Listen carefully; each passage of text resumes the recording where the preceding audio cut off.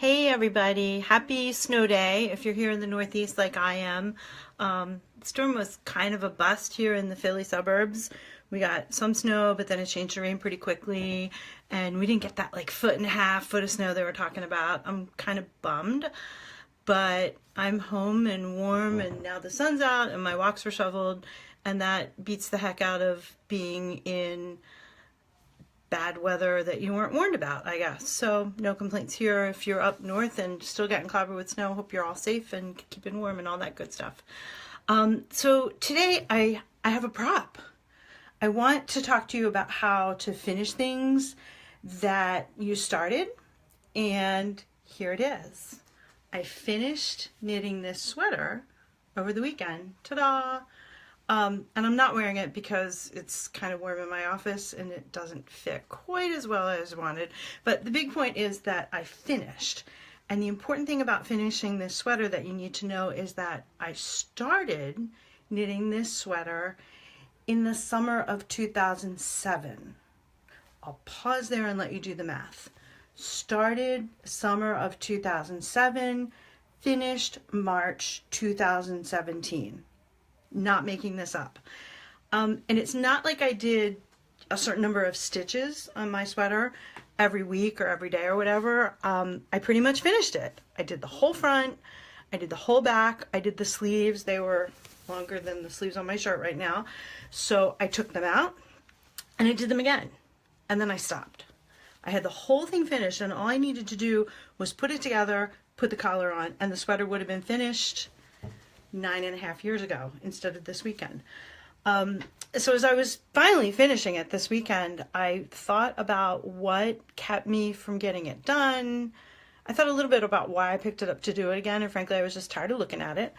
But what prompted me to get it done, and then I thought about the things that prevented me from picking up a sweater that I essentially finished 9.5 years ago, except for the collar and the seams.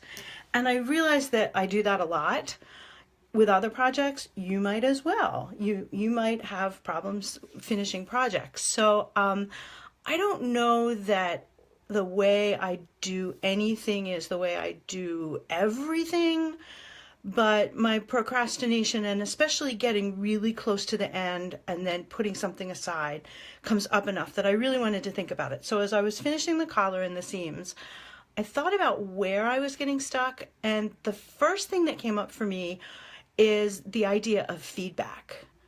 When I was knitting along, it's like a simple pattern. You knit one row, you purl one row, easy stuff.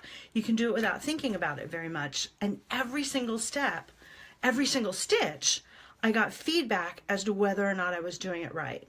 So I didn't have to wait until I was the end of a row, or sometimes stuff with a fancy pattern, you have to do 10 or 12 rows before you know what's going on. I could tell with every single stitch if I was on the right track. The seam, putting that in, not so much. When you're sewing the pieces together, you're doing it on the wrong side, and you can't really see what you're doing. And that's kind of something that I let prevent me from finishing this project. Where else might that happen? If you're working in a group, if you're working on a long-term project that you're having to do a lot of steps on your own and not getting feedback, sometimes it's scary to take that next step, not knowing if it's the right one. I don't know that I have a great solution to that, except do what I finally did when I picked this sweater up last weekend and try it. Try something. And if you have to back up or change to another direction, at least you don't have parts of a 9.5-year-old sweater laying in a bag in the corner of your bedroom. I'm not proud of that corner of the bedroom thing, but that's where it was. So when you don't have feedback that's super obvious, take a little step anyway, I guess, is one of the lessons from doing this sweater. The second thing that I realized as I was putting it together was that I had done the easy part. I had done the part that I was really familiar with. Putting the collar in the sweater, which I'm still not thrilled about and may actually do over. Doing the collar of the sweater was really unfamiliar because it's only the second sweater I've ever knitted. And the collar's a little tricky, and you know, a knit stitch like that or a purl on the other side, I've done probably gazillion, countless, almost to Google, of stitches like that. So trying to do something that broke the routine, that wasn't as familiar to me, was a barrier to getting this done. how else does that show up in life? A new kind of a project, a new kind of a conversation with someone. Having a difficult conversation that you've been putting off is hopefully not your routine. And that's harder than doing stuff that you do every day. Driving a new route to work if there's snow outside and you need to do that. So if you find that lack of familiarity is something that's keeping you from getting a project done, I think for me, the first thing was to identify it. As I was putting in the seams and knowing that I couldn't see what I was doing until the very end, I thought, oh, well, that's maybe why I put this off for so long. And then I just took the leap and I trusted myself. And I knew that if it was a total mess, I could back up, take the seam out and do it again. So if you're stuck around getting something done, almost to the finish line, think to yourself, am I not getting the feedback that I need? Am I not able to check in on where I'm going?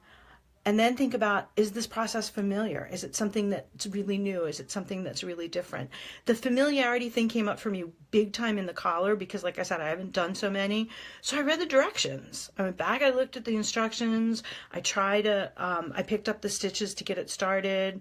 Didn't really do it right. Took out the first row, read the instructions again. So little steps are a good way to overcome that when familiarity prevents you from getting something done.